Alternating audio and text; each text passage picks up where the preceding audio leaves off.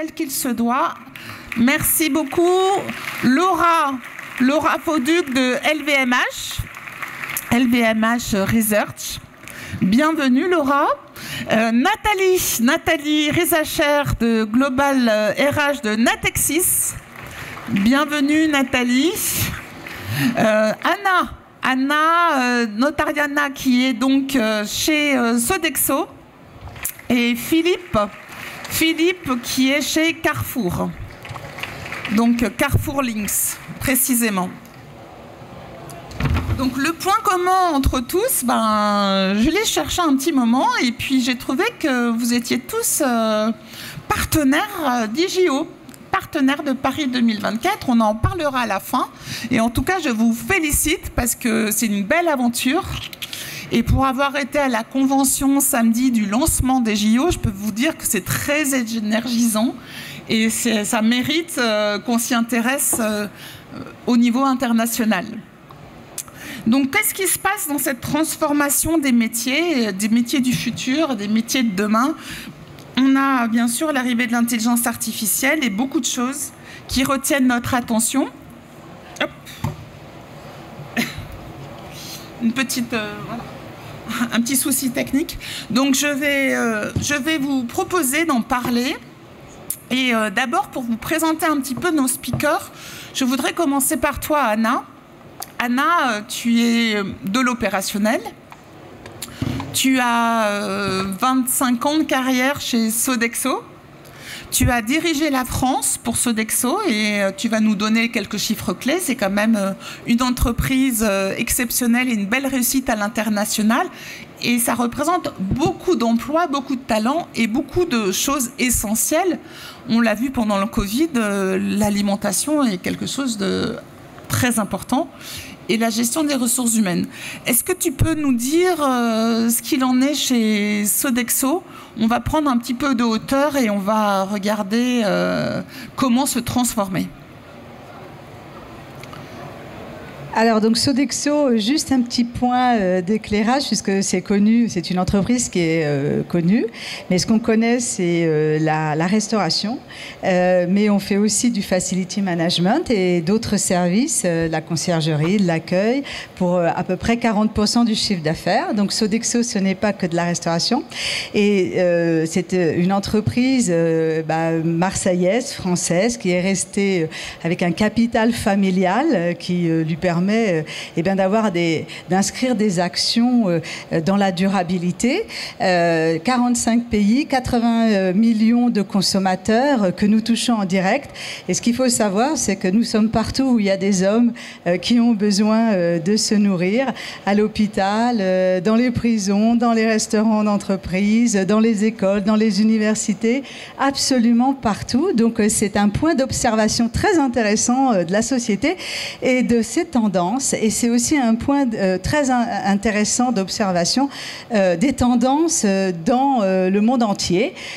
Donc voilà, peut-être pour vous resituer le groupe Sodexo et 430 000 collaborateurs dans le monde. Donc c'est un métier où l'humain représente pratiquement 50% du chiffre d'affaires. On fait à peu près 23 milliards de chiffre d'affaires. Donc voilà pour vous présenter le groupe. C'est la diversité des savoir-faire, notamment, tu parlais, Cécile, des Jeux Olympiques, et on en parlera après. Mais on est aussi présent au restaurant de la Tour Eiffel, donc peu de personnes le savent. Donc c'est vraiment une panoplie d'expertise très, très variée dans le groupe. Et ton rôle chez Sodexo maintenant est Chief Impact Officer. En quoi ça consiste exactement ? Alors c'est un poste nouveau qui, en fait, est un poste d'impact. C'est-à-dire que ça prend en compte un très large périmètre ESG, c'est-à-dire tout ce qui a un impact, que ce soit sur l'environnement, que ce soit sur le social, que ce soit sur le sociétal, et que ce soit aussi, on l'oublie toujours, sur la bonne gouvernance. Et donc, en fait, ces postes de Chief Impact Officer dans les entreprises, aujourd'hui, ce sont des postes un peu d'avant-garde parce qu'ils sont là pour transformer et transformer les business models, puisque tout ce que nous avons à faire tous ensemble dans cet écosystème de la planète, eh bien, c'est de regarder son métier différemment pour avoir un impact positif et pas négatif, que ce soit sur le climat, mais aussi le social, le sociétal et encore une fois la gouvernance. Donc mon rôle, c'est vraiment d'être un facilitateur pour aller regarder comment dans la chaîne de valeur, on peut embarquer tout son écosystème et puis arriver tous ensemble à avoir, c'est une longue marche, à avoir un impact de plus en plus positif. Et rien que de se poser cette question dans son business model ou quand on fait de la créativité, ça change absolument tout dans l'entreprise. Donc voilà ce que fait un Chief Impact Officer. Et combien de personnes as-tu dans tes équipes? Parce que tu en as plusieurs, pas simplement dans l'impact, mais aussi dans la communication notamment. Oui, en fait, je gère aussi les équipes de la communication Monde me reportent. Pourquoi? Parce que c'est un vrai, c'est un levier. La communication, c'est prendre des engagements très forts, les communiquer partout dans le monde. Et une fois qu'on a pris des engagements très forts, c'est un vrai booster interne pour la transformation. Donc, c'est très intéressant dans nos métiers de service que à la fois en interne et à la fois en externe, chaque fois qu'on communique sur sa performance extra-financière, eh bien on sache le communiquer de manière à embarquer la motivation du plus grand nombre, à la fois toutes les parties prenantes avec lesquelles on travaille, nos clients, nos fournisseurs, mais aussi des ONG avec lesquelles on travaille, et puis tous nos consommateurs qui sont très divers, très variés, et puis l'interne. Donc c'est pour ça qu'on a trouvé que c'était judicieux d'avoir sur ce périmètre de HD la communication. Et une communication qui est délocalisée ou une communication qui est centralisée? C'est un peu les deux.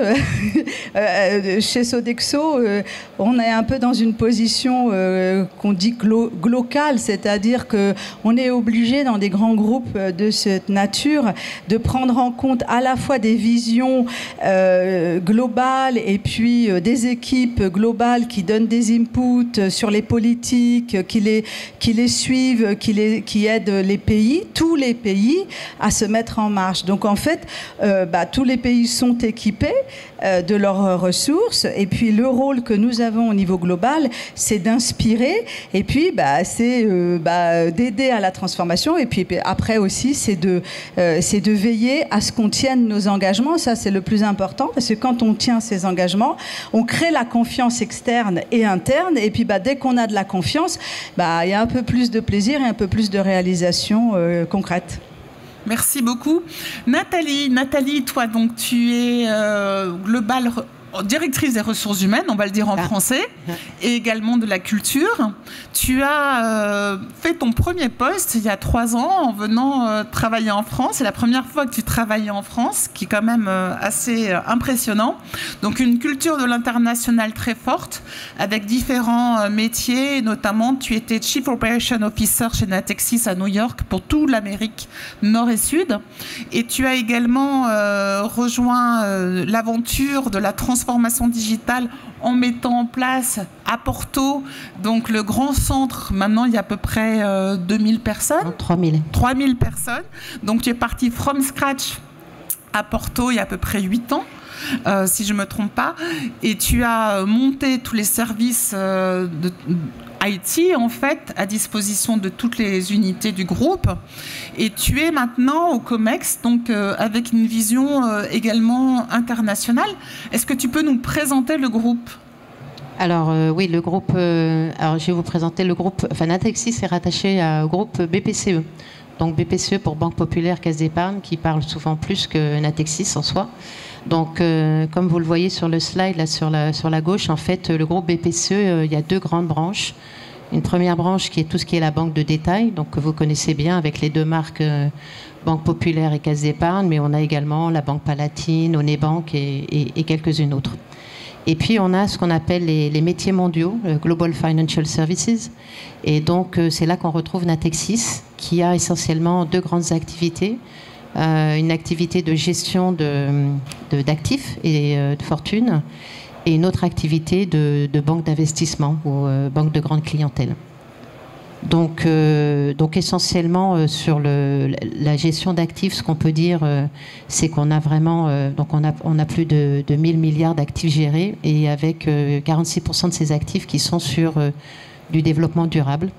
Et on a la même approche sur côté financement, côté de la CIB, où on a été les premiers à mettre en place une méthodologie qui s'appelle le Green Weighting Factor, qui est en fait la possibilité de donner un rating, une notation de vos financements par rapport à si c'est un financement plus ou moins vert ou marron. Et donc c'est vraiment quelque chose qui fait partie de notre stratégie. Alors il y a une multitude, comme on voit sur le slide, là, de marques que vous connaissez peut-être certains, ou peut-être... Natixis Interépargne est assez connu parce que tout le monde a souvent son épargne là-bas. Et Mirova aussi, qui est un asset manager à mission en France.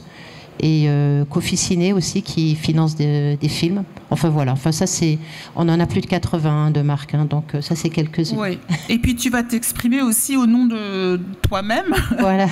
Au nom de Nathalie Rezachar, qui observe les tendances et qui essaie justement de mettre tout le monde à niveau, que ce soit dans ton écosystème, dans les talents, et bien même dans d'autres univers. Donc voilà, nous avons 14 000 collaborateurs répartis dans 40 pays, essentiellement donc la France, 7 000, 3 000 sur IMIA, c'est-à-dire Europe, Middle East et Afrique, 3 000 en Amérique, Nord et Sud, et 1 000 collaborateurs à APAC. Et donc vraiment, comme tu le dis, Cécile, la problématique par rapport à ces transformations, c'est pouvoir de mettre tout le monde à peu près sur la même longueur d'onde. On a la même approche que tu disais, Anna, sur le local, c'est-à-dire qu'on ne peut pas se permettre par rapport à ces transformations d'avoir une approche unifiée, mais on doit quand même, surtout étant une banque extrêmement régulée, on est obligé d'avoir un certain nombre de choses qui sont centralisées. Donc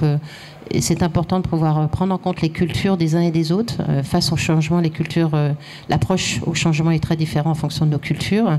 Et puis aussi, je vous l'ai dit en entrée, c'est des métiers très différents. Hein, quand on fait de l'inter-épargne, ou quand on fait la gestion de grandes fortunes, ou quand on fait un financement d'éoliennes, c'est pas du tout les mêmes métiers, c'est pas du tout les mêmes technicités. Et donc l'impact des transformations est très différent aussi.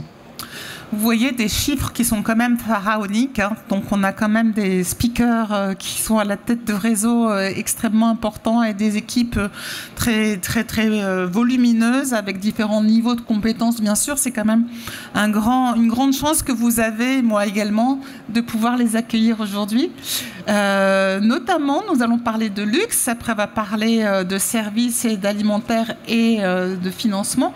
Donc qu'est-ce qu'il en est chez LVMH? Et merci beaucoup Laura. Laura Fauduc a été la patronne du marketing de Alibaba en France, vous la connaissiez peut-être. Donc Alibaba, c'est quand même une entreprise très innovante dans le e-commerce, et tu as monté des belles opérations et tu nous as fait connaître des tendances marketing extraordinaires avec le Global Shopping Festival, 11/11, l'entertainment, le gaming qui sont arrivés dans la relation client et notamment le e-commerce. Et maintenant, tu as fait une transformation, toi aussi, oui, à titre personnel. Tout à fait. Et tu es chez LVMH. Bon, alors LVMH, tout le monde connaît, mais LVMH Research, peut-être tu peux nous en dire plus. Oui. Merci de rappeler mon passé chez Alibaba, parce que c'est vrai que la Chine est un pays qui nous a beaucoup influencé sur la partie nouvelles technologies, et ils étaient déjà dans l'IA, donc j'ai eu la chance aussi de voir déjà en 2018 de faire des conférences sur l'IA. Et chez LVMH, moi j'ai fait une transformation, comme tu dis, sur la partie talent et culture, puisque je suis rentrée chez Parfum Christian Dior il y a à peu près 2 ans et demi sur le poste de Global Talent Engagement et Culture, un peu le poste équivalent, sachant que Parfum Christian Dior, c'est 14 000 employés dans le monde. Et là, quand on prend le groupe LVMH, effectivement, c'est 75 maisons, c'est 220 000 employés à peu près dans le monde. Et j'ai intégré LVMH Research récemment, qui est le centre de recherche de la division beauté. Donc LVMH a plusieurs divisions, pour ceux qui ne savent pas. On a les vins et spiritueux, la mode et la maroquinerie, que vous connaissez assez bien, les montres et la joaillerie, mais également toute la partie distribution sélective, Sephora, etc. Et on a toutes les autres activités, pour les hôtels, s'appelle les Rimois, la partie accessoires. Et dedans, on a cette partie parfum et cosmétique, une division qui a à peu près 16 maisons. Donc les plus connues étant Parfum Christian Dior, Guerlain, Fresh et beaucoup d'autres. Que des marques qui nous font rêver, en fait. Voilà, des marques qui sont assez connues et qui font donc toute la partie cosmétique parfum. Donc ce sont des soins, mais c'est aussi du maquillage, donc du make-up, et effectivement du parfum. Cette division, en fait, a un centre de recherche qui est LVMH Recherche aujourd'hui, qui est au service, on va dire, de l'ensemble de ces maisons, mais également au-delà de la division, de toutes les maisons qui développent leur propre ligne, soit de parfum, soit de make-up, soit de soins. Et aujourd'hui, LVMH Recherche, ça a été créé en fait en 87, au moment où Bernard Arnault a fait le merge entre LV et MH. Et en fait, aujourd'hui, c'est à peu près 725 personnes dans le monde. Donc c'est une toute petite entité quand on la regarde comme ça. Et on a une entité principale qui est à Saint-Jean-de-Bray, près d'Orléans, qui est Helios. Et on a 3 autres antennes qu'on a ouvertes récemment à Tokyo, à Séoul et à Shanghai. Donc Shanghai, c'était 2023. Donc on est aussi à l'international et on a des métiers particuliers puisqu'on est en recherche avancée en amont. Donc on a des doctorants qui regardent les grandes tendances de biotechnologie, d'agrotechnologie, mais également les grandes tendances aussi sur la beauté responsable. On est très très proche effectivement des matières premières qu'on utilise, du sourcing, et on va jusqu'au développement du produit. Donc toute la chaîne de développement, toute la partie fournisseur à l'international évidemment, puisqu'on doit sourcer ça à l'international. Et c'est vrai que notre mission aujourd'hui, c'est d'être au service, je vais la lire parce que je la trouve au service de toutes les beautés du monde. Nous sommes les créateurs visionnaires des parfums et cosmétiques les plus désirables des maisons LVMH. Voilà. Donc ça, c'est un peu notre mission, c'est important. Et dedans, effectivement, il y a la partie beauté, puisqu'on est sur de la beauté, encore une fois, intérieure et extérieure, puisque ce qui se voit à l'extérieur, ça part de l'intérieur. Donc c'est les produits, c'est les matières premières dans le monde entier, effectivement. Et donc on a un vrai enjeu à ce que nos produits répondent à toutes les régulations à l'international. Et c'est... Pardon. Non, mais très bien. Ce que je voulais dire, c'était pourquoi, selon toi, LVMH Research a choisi, avec tout ton talent, de recruter quelqu'un du marketing pour intégrer une fonction RH. Alors effectivement, Parfum Christian Dior et LVMH Recherche, alors ce qu'ils ont pris, entre guillemets, c'est justement cette idée d'impact. C'est-à-dire qu'aujourd'hui, moi j'ai eu un parcours très international. Donc j'ai travaillé à l'international pour tout type d'entreprises. Et c'est un vrai enjeu dans un grand groupe comme LVMH d'avoir cette dimension. Et également la partie, on va dire, Chine, parce que c'est un marché important à plein d'aspects, dont la partie nouvelle technologie, mais aussi consommateur et grande tendance, puisqu'on fait aussi les tendances au niveau de la recherche. Également la partie digitale et nouvelles technologies en soi, puisque bon, moi ça fait 25 ans que je travaille dans les nouvelles technologies, et c'est quelque chose qui, au-delà des tendances et du côté hype que ça va avoir, ça a un vrai impact, on va en parler tout à l'heure, sur la façon dont on travaille, la façon dont on fait ses métiers, la façon dont on a vécu déjà une grande transformation avec le digital, les réseaux sociaux, le e-commerce, et donc voilà, et puis la partie marketing évidemment qui est par-dessus. Et je pense que pour toutes ces choses-là, la transformation des ressources humaines en tant que métier, la transformation de la façon dont on s'organise et la façon dont on comprend en fait l'organisation, ce que j'appelle moi le design d'organisation et les talents, cette transfert, enfin vraiment c'est une question pour moi de transfert de compétences dans l'entreprise est importante. Et je pense que c'est pour ça en fait voilà, que même moi j'ai choisi ça. Pour des raisons aussi, parce que c'est une période Covid où on a vu beaucoup de choses impactées, et même si beaucoup d'entreprises disaient que le people, les gens, le talent, l'humain était important et au cœur de l'entreprise, je pense qu'avec tout ce qu'on a vécu et qu'on vit encore avec les guerres, c'était important. Et du coup, moi, ça me donnait du sens aussi par rapport à tout ce que j'ai pu faire, de prendre soin de ces talents et de réfléchir à leur évolution aussi. Et ce qu'on va voir, parce qu'il y a beaucoup de transformations. Très intéressant. Merci beaucoup. En tout cas, toutes les trois, vous êtes des talents à vous-même et vous venez toutes les trois de l'opérationnel, ce qui est aussi quelque chose qui permet de montrer qu'il y a une réflexion stratégique de haut niveau, mais il y a aussi une expérience terrain qui est fondamentale. Philippe, merci d'avoir accepté d'être là, le représentant masculin de cette table ronde. Et Philippe, toi, tu es polytechnicien. Tu sais, je sais que tu n'aimes pas qu'on le dise, mais quand même. Et qui utilises les data au quotidien et tu avais passé par un rôle plutôt entreprise, puis tu es parti dans le conseil parce que tu pensais que ça allait avoir plus d'impact en fait sur le réel, et tu es revenu dans l'entreprise chez Carrefour Links, mais qu'on ne connaît pas tellement. Donc ce que j'aimerais bien, c'est que tu nous expliques à la fois le parcours de Carrefour pour devenir une retail tech compagnie, mais aussi ton parcours à toi et qu'est-ce que ça veut dire Carrefour Links maintenant. Oula, il y a beaucoup de questions, je vais essayer de les prendre dans l'ordre. Sur Carrefour, voilà, je ne voulais pas représenter Carrefour. Je pense que tout le monde a une bonne idée de ce qu'est Carrefour aujourd'hui. Tout le monde peut y aller, même au quotidien, pour certains d'entre vous sûrement. Je voulais, malgré tout, remettre un peu ça dans un flot un peu plus global et rejoindre le sujet de la transformation, parce que Carrefour est, en France et à l'international, un acteur en transformation depuis le milieu du XXe siècle, avec les premiers hypermarchés, avec ensuite un tournant vers la proximité, puis un tournant aussi vers Act for Food, tout ce qui est consommation responsable, avec de nouveaux engagements qui ont été pris plus récemment, encore plus impactants là-dessus. Et puis, avec je pense, une accélération globale, mondiale des défis qu'on a, que ce soit géopolitique, que ce soit sur la supply chain avec le Covid, que ce soit avec beaucoup de choses. On a fait un tournant en 2021 chez Carrefour de dire on va devenir, comme on disait, une digital retail company. Qu'est-ce que ça veut dire? Ça ne veut pas dire qu'on va devenir une tech company, ça ne veut pas dire que Carrefour va devenir Google, mais ça veut dire qu'on met la tech et la data et le digital au cœur de tous nos métiers, et déjà au cœur de nos opérations, mais aussi en création de valeur. Et je pense que là-dessus, il y a deux choses qui le montrent particulièrement. Il y a le lancement l'année dernière d'Unlimitail, qui est une joint venture entre Publicis et Carrefour pour faire du retail média au niveau international sur toute l'Europe et sur le LATAM.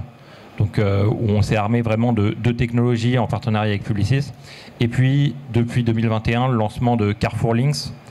Donc, pour remettre un peu de contexte, on s'est donné l'ambition en 2021, Alexandre Bompard a dit on veut faire 200 millions de marge additionnelle grâce à la donnée en tant que création d'un business en soi.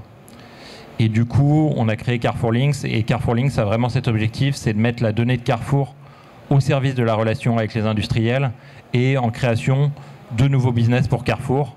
Et c'est vraiment cette double transformation de comment on transforme à la fois notre façon de travailler chez Carrefour par cette donnée et la façon de travailler avec les industriels en sortant d'un modèle qu'on a pu avoir très longtemps en France et sur lequel on peut même parfois paraître un peu en retard par rapport au reste du monde, sur un modèle qui est très de négociation, un modèle beaucoup plus de collaboration, et de mettre la donnée et la donnée de Carrefour à la base de cette nouvelle collaboration, avec de la transparence, avec du travailler ensemble plutôt que de la négociation. Donc par exemple, au quotidien, tu vas travailler avec Procter & Gamble ou Fleury Michon ou des marques comme ça? Exactement. Nous, on va, par exemple, avec un Procter & Gamble, c'est un bon exemple.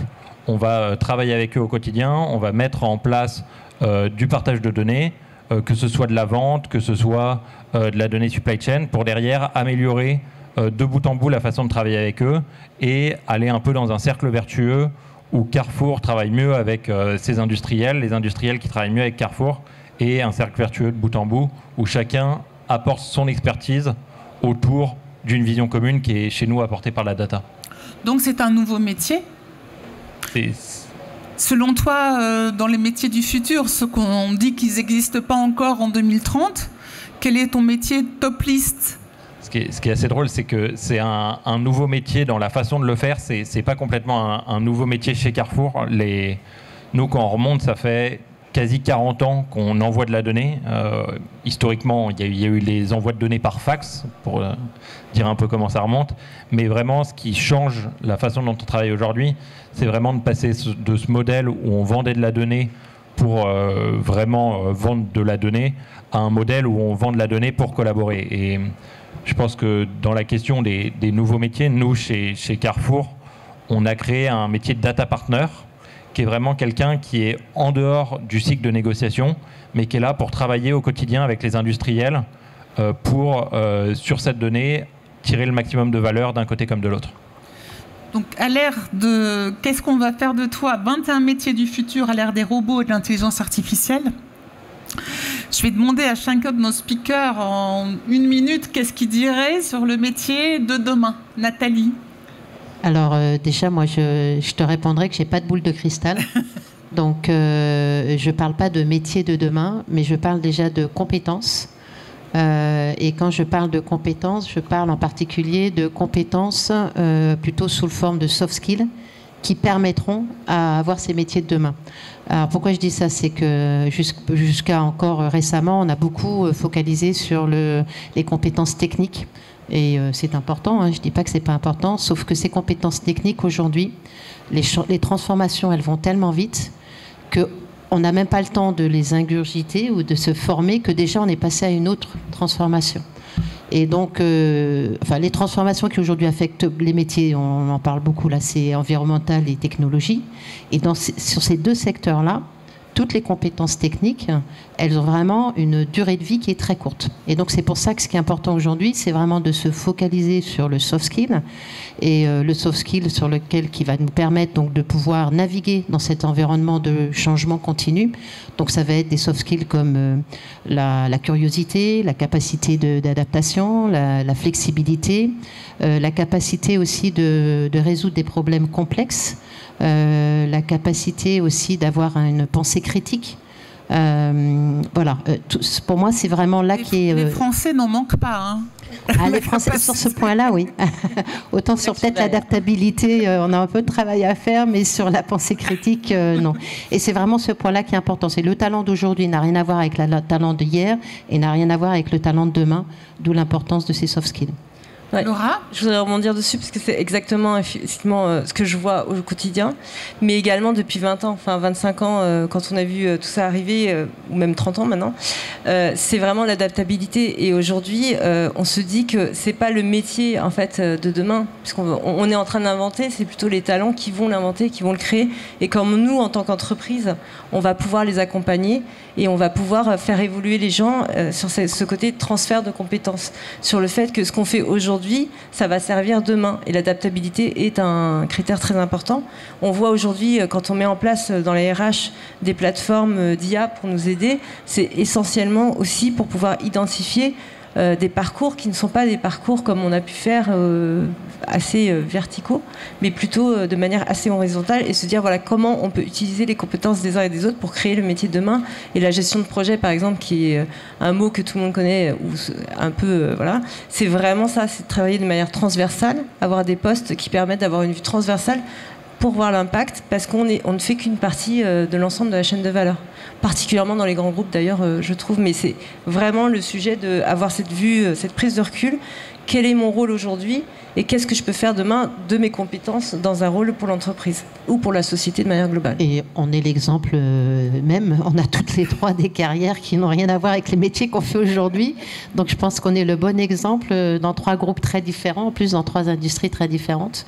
On est le bon exemple qu'en fait cette adaptabilité et comme tu dis, hein, enfin nous on parle plus de plan de carrière, on parle d'expérience de carrière parce que justement c'est vraiment des expériences qu'on accumule et qui nous amènent à des postes grâce à ces capacités d'adaptation. Et quand on est Chief Impact Officer, on vient d'où en termes quelle est la perception qu'on a pour que les équipes... c'est un métier de demain. Moi, un exemple très concret de ce qu'on a fait en France, par exemple, on a formé plus de 2000 managers au management empathique et collaboratif. Pourquoi ? Parce qu'on voit bien que la transversalité, d'abord, on ne l'apprend pas. C'est compliqué, qu'on a souvent des silos un peu partout et que si on laisse faire la nature, la tendance naturelle, c'est de créer un silo, une spécificité, et ça rend l'organisation extrêmement difficile,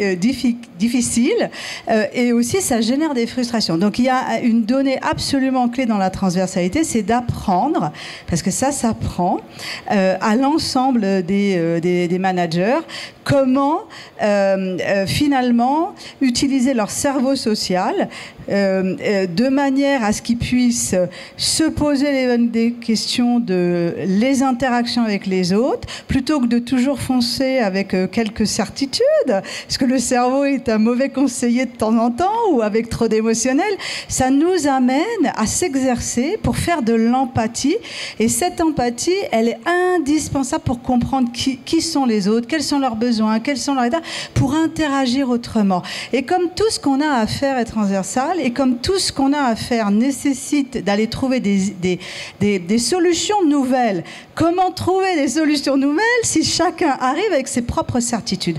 Donc on voit bien qu'il y a un enjeu de la transversalité qui renvoie vraiment à comment former, se faire confiance pour aller vers l'intelligence collective qui ne s'oppose pas à l'intelligence des robots et de l'IA, mais qui est une composante qui rend les choses beaucoup plus intéressantes plutôt que si on se dit tous les métiers auront disparu demain. Ah bon, alors qu'est-ce qu'on va faire? Et donc moi je suis tout à fait d'accord. Ce qu'on assiste aujourd'hui, c'est un déplacement des compétences avec plutôt qu'à une suppression pure et dure de certains postes qu'on disait quasi finis. Et ça, c'est réjouissant parce que ça veut quand même dire que on sera bientôt 10 milliards sur la Terre. Ce serait quand même une bonne nouvelle de savoir que en évoluant, en travaillant ses compétences, on peut rebondir, on peut évoluer, on peut aussi se faire plaisir. Et les activités changent un peu de nature, donc forcément les compétences, elles doivent suivre. Et les emplois sont préservés par rapport à des robots ou à des intelligences artificielles? Je peux donner un exemple. Par exemple, dans les caisses, alors je n'ai pas le privilège des caisses, mais vous savez qu'en restauration d'entreprise, ce que les gens ne supportent pas, c'est de faire la queue pour payer avec les plateaux.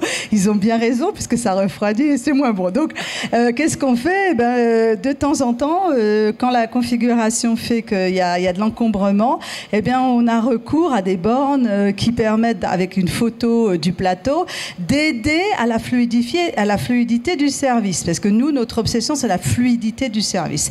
Du coup, ça utilise l'intelligence artificielle, et on a beaucoup d'applications qui utilisent l'intelligence artificielle. Mais en fait, on se rend compte que on n'a pas supprimé de postes, on a créé des postes. Par exemple, on a créé un poste de personnes qui accueillent, qui orientent, qui va aider à donner des conseils aux consommateurs. Donc on voit bien que ça se déplace et on n'est pas en train de supprimer des postes de caissière, on est en train de réorganiser autrement finalement les compétences, toujours autour du consommateur qui est toujours de plus en plus exigeant, et des activités qui, elles, se transforment puisque les consommateurs se transforment. Et toi, chez toi, Carrefour, donc dans la restauration aussi, quelles sont les questions que vous posez par rapport à cette transformation des talents? Ouais, moi je pense que vraiment je rejoins et on m'a piqué ma réponse, donc je suis un peu jaloux sur l'empathie, mais je pense que c'est vraiment le cœur et c'est l'exemple des transformations de métiers qui étaient donnés. Étaient, une fois de plus, c'est des postes qui sont beaucoup plus en relation avec le client, et je pense que globalement, et on parlait de management empathique au sein des organisations, mais je pense qu'autour de l'organisation, il faut qu'on arrive à avoir des approches beaucoup plus... Quand on parle de customer-centric, c'est déjà ça, en fait. C'est déjà, je mets à la place de mon customer, donc vraiment, c'est une démarche très empathique. Nous, on le fait au niveau de nos fournisseurs. Demain, au niveau de nos business partners, vraiment se mettre dans cette démarche où systématiquement... j'ai une approche beaucoup plus humaine, beaucoup plus empathique. Du coup, il y a des métiers, tous les métiers qui n'ont pas besoin quasi de cette compétence humaine, peut-être qu'à la fin, ils vont se transformer vers autre chose, mais ça va en créer beaucoup plus de nouveaux pour vraiment, et une fois de plus, fluidifier l'ensemble des chaînes de valeur de nos différents métiers. Je voudrais rebondir sur le CARE, je partage complètement. L'empathie... Pour pouvoir intégrer ces transformations dans les entreprises, si on veut que les collaborateurs les saisissent comme des opportunités et non pas comme des menaces, il faut l'aborder sous l'angle du CARE. C'est-à-dire qu'il faut créer du care, de la confiance, de l'empathie. Caring. Caring. Je sais pas comment dire. Ouais, en anglais, tout le monde ne parle pas anglais dans la salle. Donc, la bienveillance, voilà, la bienveillance, l'empathie. Le souci de l'autre, je crois, c'est ça le. Oui. Caring. Et parce que dans ces moments-là, on crée un climat de confiance. Et c'est à ce moment-là que les collaborateurs arriveront à intégrer ces transformations, non pas comme des menaces, mais comme des opportunités. Des opportunités, donc il y a un bon exemple par rapport justement à la file d'attente, hein, des opportunités pour offrir un service aux clients. Nous, on a créé par exemple un EI pour faire des mémos clients pour nos senior bankers, donc c'est l'équivalent du commercial pour aller chez le client. Et donc du coup, comme le mémo il est fait par de l'EI, il gagne un temps fou et du coup il travaille beaucoup plus sur une proposition proche du client, une proposition commerciale. Et donc cette empathie-là, elle est à la fois vis-à-vis des clients, mais également des employés en interne, pour qu'ils vraiment approchent ces transformations, qu'elles soient technologiques ou environnementales, dans la confiance et vraiment pour pouvoir y voir la valeur ajoutée qu'ils peuvent avoir sur leur travail et non pas comme une menace et une perte d'emploi. Et pour finir, tu parlais du World Economic Forum. Ils ont sorti une étude très intéressante là en 2023 où ils citent que 30 millions d'emplois seront créés rien que sur le RSE d'ici 2030. Je pense que c'est vraiment un point de vue intéressant, c'est qu'on entend beaucoup ça sur les transformations, c'est la peur en fait qui drive, et on cite beaucoup de chiffres qui sont négatifs.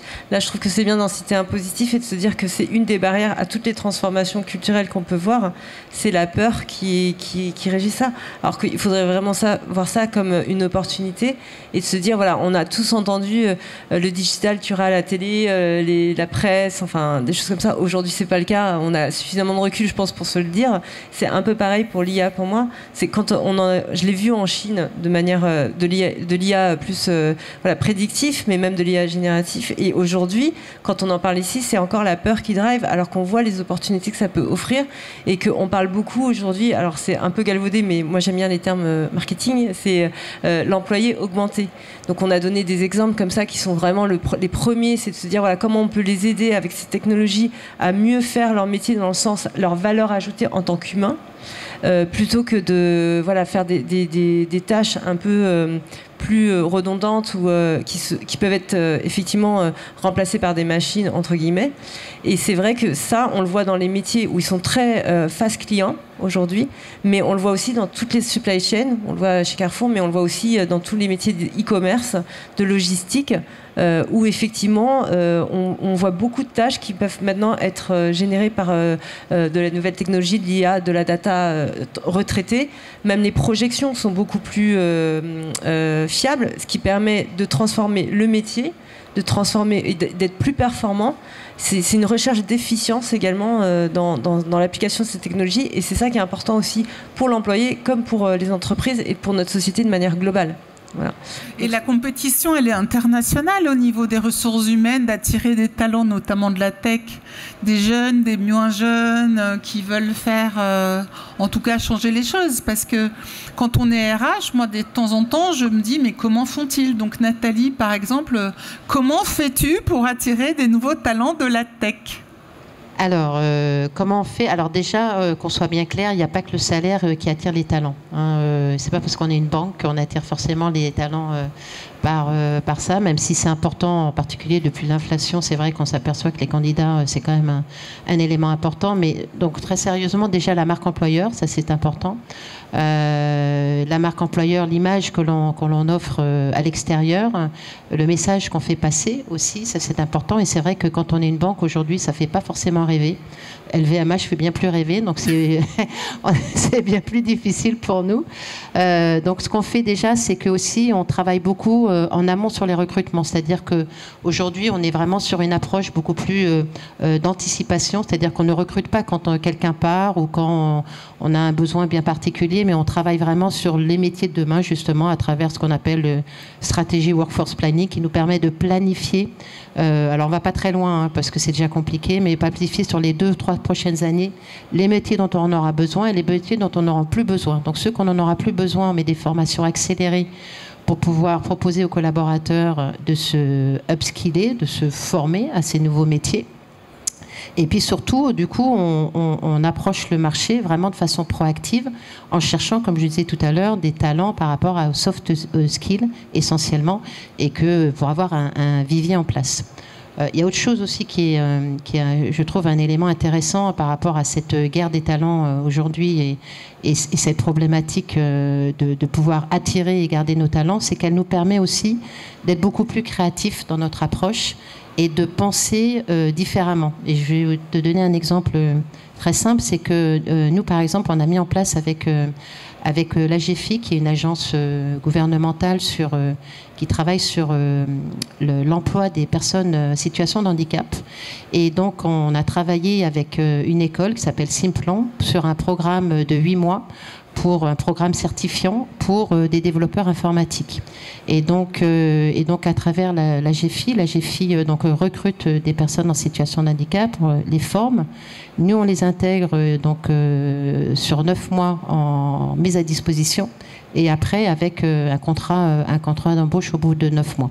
Et ça, pourquoi on l'a fait? Parce que sur les nouvelles technologies en particulier, c'est souvent pas des cursus longs, c'est plutôt des formations à cursus courts, et donc ce qui permet de plus avoir à chercher les talents classiques qu'on cherchait, type grande école, école d'ingénieur, mais de chercher des gens qui sont aujourd'hui ouverts à se reformer ou à se former sur les métiers d'avenir. Donc on a cet exemple avec les personnes handicap, on a un autre exemple avec une association qui s'appelle One Each, et qui permet aussi pour des personnes réfugiées en situation régulière en France d'intégrer aussi donc nos entreprises, et là on travaille avec eux sur un programme de data analyst justement. Donc je trouve que c'est aussi un élément très positif de cette guerre des talents en termes d'inclusion, de diversité. Enfin, on a tous des problèmes de diversité dans l'entreprise, et surtout de nous ouvrir un peu, à ouvrir nos chakras et à penser au recrutement différemment. Et chez toi, chez LVMH, comment vous faites pour projeter des nouveaux talents, en tout cas les amener à répondre aux exigences de notre transformation? Alors, c'est vrai qu'il y a tellement de choses à dire. Mais je vais commencer par les RH, parce qu'on n'en parle jamais, les RH. Parce que, en fait, ceux qui fondent ça, c'est pour ça qu'on est là aussi, je pense, c'est les RH. Et c'est eux qui sont en charge quand même de cette transfo. Si eux-mêmes ne se sont pas transformés, c'est quand même compliqué. Donc, je reviens sur ta première question, pourquoi je suis passée au RH. C'est que je me rends compte que c'est un métier qui... c'est comme l'eau, en fait. Personne ne s'en rend compte, mais quand ça se passe bien, personne n'en parle. Et quand ça se passe mal, évidemment, on va voir les RH. Mais en vrai, les RH eux-mêmes vivent une grande transformation. C'est les premiers, contrairement au digital, pour moi, il y a 25 ou 30 ans, ce sont les premiers à avoir été impactés avec l'IA. Pour les questions qu'on se pose aujourd'hui. C'est-à-dire que comme dans l'IA, il y a le mot artificiel qui s'oppose à l'humain et que tout le monde a peur que ça remplace ça, les RH sont les premiers à avoir été exposés à ces questions.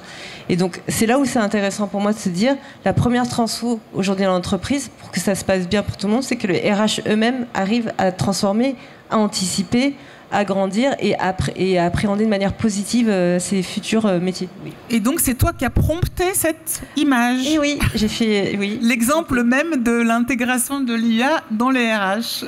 Alors je l'ai fait pour la présentation, mais c'est vrai que c'est intéressant de se dire, puisque chez LVMH, je vais revenir là-dessus, c'est d'abord la première chose qu'LVMH, je trouve, a fait de positif en termes d'initiative, c'est de faire cette transfo des RH. Donc, c'est-à-dire qu'aujourd'hui, tous les RH ont été formés de manière certifiante à la data. Alors ça semble, je sais pas si c'est évident pour tout le monde, mais moi je sais que pour moi ça l'était puisque je viens de la data, mais chez LVMH ça n'était pas le cas. Mais la data c'est le cœur de beaucoup de choses, et donc tous les RH ont été formés, je pense aujourd'hui à peut-être 70%, à la data de manière certifiante avec les SEC. L'autre chose, c'est comment on fait justement pour que les RH appréhendent ça. Après, il faut le mettre en place. Et donc, comment on fait pour que les gens fassent ça? Donc, moi, j'ai prompté ça parce que je sors de mon fast track IA qui est ouvert chez LVMH, qui permet à l'ensemble des employés justement de faire ça. Et c'est là où moi j'ai mis en 3 points un peu ce que je pense est intéressant qui a été fait chez LVMH, c'est la mise en capacité, c'est-à-dire les outils.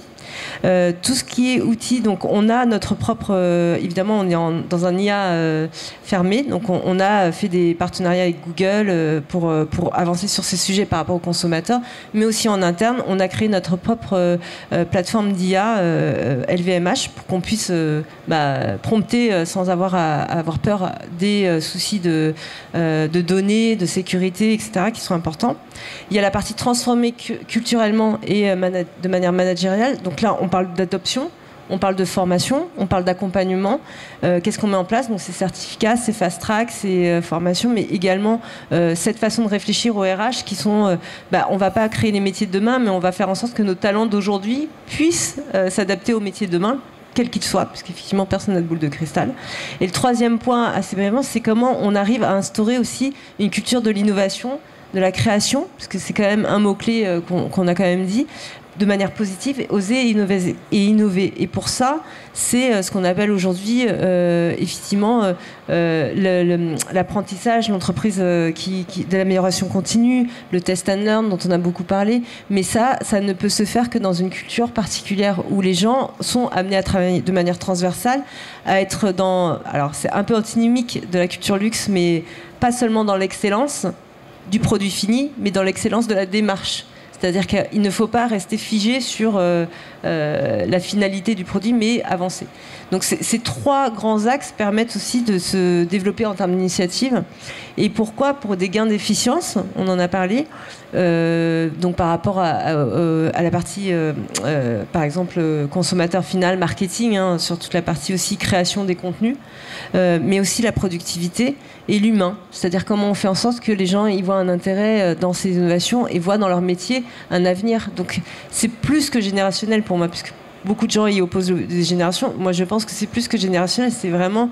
Il y a des gens qui ont une appétence, on va dire, aux nouvelles technologies, peu importe leur âge. Je ne suis pas toute jeune non plus, mais j'adore ça. Et il y a des gens qui ont moins d'appétence et qui ont pourtant 20 ans. Enfin, je le vois dans les gens que je vois. Et c'est comment on crée, en fait, de manière collective, cette approche pour arriver à ces enjeux. Et c'est un vrai enjeu RH pour moi aujourd'hui. Et c'est pour ça qu'on est au cœur de cette transformation, ce qui était peut-être moins le cas dans d'autres métiers, enfin dans d'autres innovations technologiques.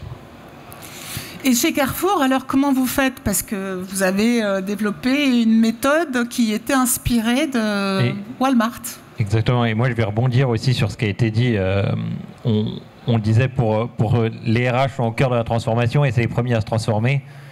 Le digital et la data est au cœur de la transformation et on doit être les premiers à se transformer. Et du coup, nous chez Carrefour, ça fait des années qu'on fait du digital. Comme je disais, on l'a réaffirmé en 2021. Mais il y a eu la question de comment vraiment mieux se transformer, nous, au sein du digital, pour ensuite mieux transformer nos métiers. Et du coup, on a mis en place depuis 2 ans maintenant chez Carrefour Links une approche, ce qu'on appelle 4 in a box, donc où c'est des petites équipes pluridisciplinaires où on mélange à la fois du métier, donc ça peut être de la supply, ça peut être des opérations magasins, un product, donc un product manager qui vraiment va avoir la charge de prendre ce besoin métier, de réfléchir à quelle est la façon d'y répondre, quelle est la façon rapide, quelle est la façon plus long terme, et d'avoir une approche vraiment de réponse à un besoin et pas via une solution. La solution, c'est la tech et la data. Donc comment les personnes qui, une fois de plus, des développeurs, vont apporter une solution à ce besoin métier qui a été traduit par le product. Et à la fin, le design. Alors c'est toujours souvent celui qu'on oublie au sein des organisations digitales. Et nous, on l'a vraiment remis au cœur du modèle parce que le design, c'est celui qui va comprendre vraiment le besoin utilisateur, qui va tâcher d'y répondre. Et quand on pense design, on pense souvent maquette d'une solution. Mais en fait, c'est beaucoup plus que ça. C'est l'accompagnement du métier, du product et de la tech dans comment je réponds aux besoins de façon complètement seamless, complètement de bout en bout, avec une solution qui est simple, qui est utilisable facilement. Et donc tout ça, nous, on le met dans une seule équipe qu'on a appelée le 4 in a box. 4 in the box, donc 4 personnes d'horizons différentes qui travaillent de façon transversale et donc pour la réussite. Et chez Sodexo, parlons du green. Sachant que Carrefour, vous faites aussi des efforts, notamment vis-à-vis de vos fournisseurs. Chez Sodexo, comment tu t'occupes de la transformation pour l'ESG, le RSE, qui n'est pas toujours perçu avec un niveau de priorité auquel on peut s'attendre? Alors, plusieurs choses. La première chose, c'est de redéfinir, même si on a une raison d'être, même si on a beaucoup travaillé les 20 dernières années sur nos engagements net zéro carbone à 2030, etc., ça ne suffit pas d'avoir des engagements. C'est absolument nécessaire, mais ça ne suffit pas. Et donc, ce qu'il faut, c'est recréer autour de ces engagements, d'abord, une vision très concrète, c'est-à-dire qu'on aide les gens à se projeter dans l'avenir. Et donc, ça, c'est le sens. Qu'est-ce qu'on veut incarner quand on travaille chez Sodexo? Donc nous, on a beaucoup retravaillé sur finalement quel rôle et quel impact on pouvait avoir sur le plan social, sociétal, partout dans le monde. Et on veut être un transformateur de l'alimentation durable. Pourquoi? Parce que l'alimentation durable, c'est bon pour la santé des gens, c'est bon pour la planète et c'est bon aussi pour revisiter le rôle de nos cuisinants. Et donc on a eu un alignement de toutes nos planètes sur cette trajectoire de porter, d'incarner et de faire émerger partout dans le monde cette alimentation durable et gourmande. Parce que le deuxième principe de la transformation, c'est le plaisir. Oui, on est complètement acculé de normes, de data. Les data, c'est absolument clé, mais l'excès de data, ça pose des problèmes quand on ne sait pas les utiliser, les maîtriser, etc. Pourquoi? Parce que ça donne le sentiment aux personnes qu'elles sont écrasées par tous ces éléments, process, data, contraintes. On parle de la CSRD, c'est juste des milliers d'autres data. Donc, il faut remettre l'église au centre du village, il faut revenir sur le bon sens et sur qu'est-ce qu'on est en train d'articuler. Donc, la transformation, ça passe par du bon sens, revisiter son métier, former les collaborateurs, rejouer son rôle social dans l'ascenseur social, parce que nous, chez Sodexo, évidemment, on a un rôle clé à jouer pour attirer les talents. Eh bien, il faut qu'on revisite toutes nos recettes. Il faut qu'on apprenne à tous les cuisiniers, parce qu'à part en Inde, où c'est vraiment la cuisine végétarienne est clé, mais partout ailleurs, la protéine animale a toujours été au centre de la cuisine. Et de plus en plus dans certains pays. Et encore plus dans certains pays. Donc, si vous voulez, on est porteur d'un projet qui passe par le plaisir gustatif, qui passe par le plaisir de la relation, de prendre le repas, où qu'on soit, et qui n'empêche surtout pas de faire cette transformation green, qui est basée sur moins de consommation d'énergie pour produire les repas, et puis plus d'utilisation, par exemple, de pulses de légumineuses qu'on n'utilise pas en France et qu'il faut réapprendre à les cuisiner et refaire aimer. Voilà, donc on fait des gâteaux avec des lentilles et puis personne ne s'en rend compte. On arrive à faire des choses absolument incroyables avec les légumes secs. C'est excellent pour la santé. Et on travaille aussi la symbolique et on a été précurseur en lançant le premier baromètre international de l'alimentation durable, c'est-à-dire on va demander à tous les consommateurs dans le monde, c'est quoi votre projectif de l'alimentation durable? C'est quoi les idées que vous avez derrière ce qui est bon pour votre corps, pour vos enfants, pour votre santé, pour la planète? C'est quoi les efforts que vous êtes prêts à faire? Le consommateur aussi. Le consommateur qui a bien compris qu'il fallait changer des choses et puis qui a mentalisé que la planète, elle brûle un peu, donc il faut quand même changer des pratiques. Mais voilà, ce qu'on peut dire quand même, ce baromètre, on va le faire tous les 6 mois. Ce qu'on peut dire, c'est que il faut du temps, de l'appropriation, du temps et changer ses habitudes, même si c'est positif, ça prend du temps. Voilà. Donc voilà un petit peu par quel bout on prend ce travail de transformation, beaucoup basé sur revisiter son métier pour ressusciter du désir. Il n'y a pas de transformation durable de mon point de vue dans les entreprises sans appropriation du désir et de la projection positive et pas de la projection sous la contrainte. Ouais, moi, je me permets juste de rebondir très rapidement. Je pense que nos consommateurs l'ont très bien compris et nos talents aussi. Et nous, ça a été une expérience qu'on a eue très récemment chez Carrefour Links.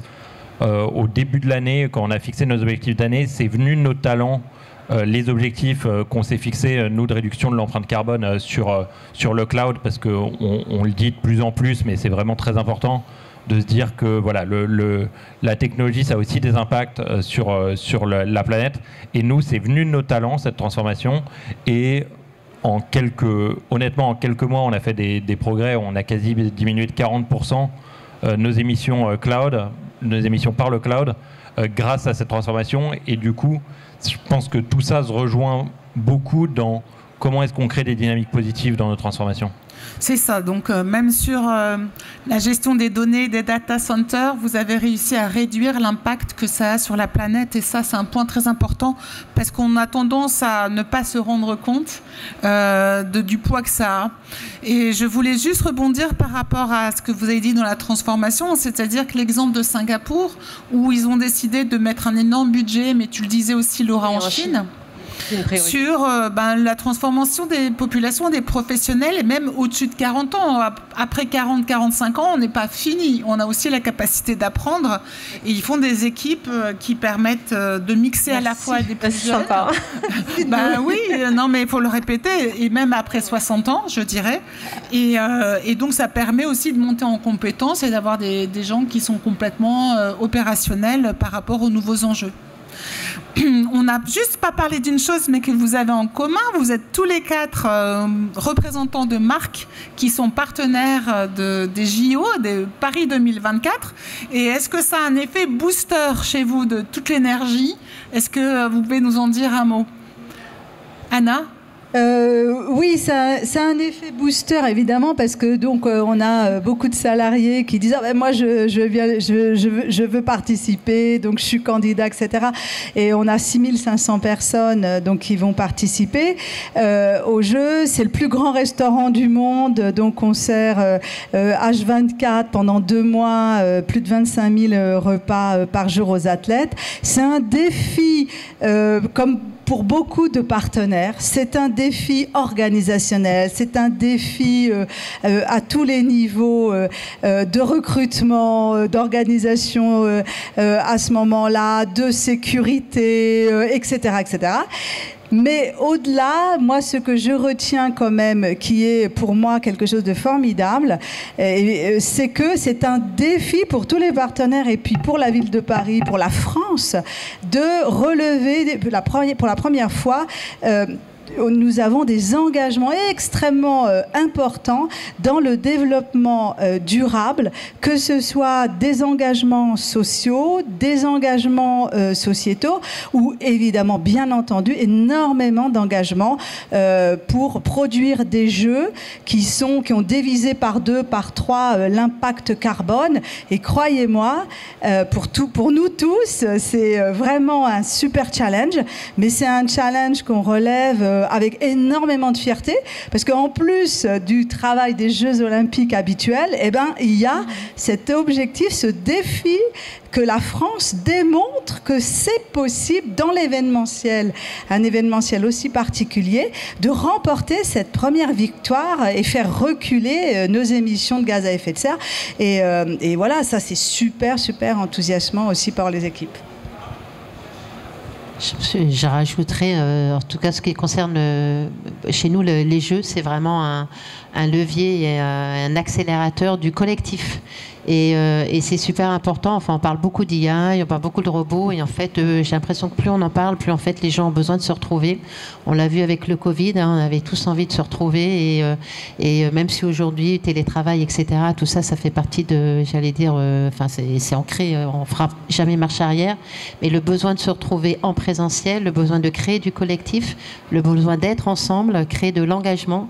Et pour nous, les JO, c'est vraiment l'opportunité. Donc, je ne vais pas lister, mais on a toutes les semaines, et maintenant en ce moment tous les jours, en particulier avec la Flamme, puisque sur les réseaux, sur l'ensemble des territoires, avec les banques populaires et les caisses d'épargne, on va suivre le parcours de la Flamme, où on a plus de 1000 collaborateurs qui vont faire ça, plus des volontaires, etc. Enfin, c'est un collectif qui est absolument incroyable, et on est vraiment très fiers, comme le disait Anna, on est vraiment très fiers de pouvoir y participer, y contribuer.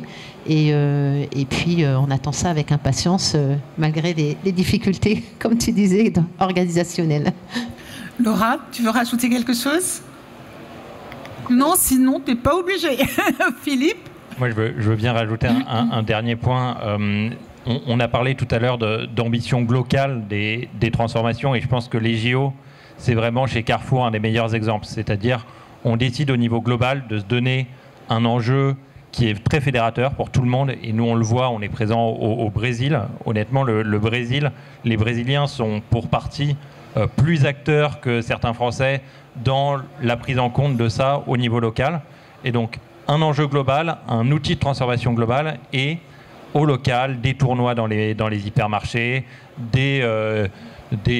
plein de choses. Et une fois de plus, j'ai pas toute la liste en tête tellement il y en a eu, mais vraiment, je pense que c'est un bon exemple, encore une fois, d'un outil de transformation qu'on arrive à utiliser vraiment de bout en bout, et pour montrer aussi que quand on parle de local, quand on parle de choses comme ça, qu'on entend beaucoup, en fait, il y a des choses très concrètes derrière dans les organisations qui se transforment.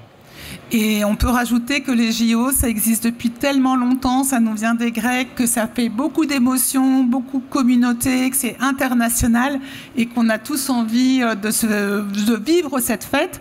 Et en tout cas, pour avoir été à la convention des volontaires le 23 mars à Paris Arena, je peux vous dire que l'émotion et l'énergie étaient bien vibrantes et que ça va durer pendant les 6 mois qui viennent. Donc je vous remercie, je vous propose de prendre une main à droite, prendre une main à gauche, de faire une jolie photo et d'applaudir vraiment très fort les 4 speakers qui nous ont vraiment inspirés.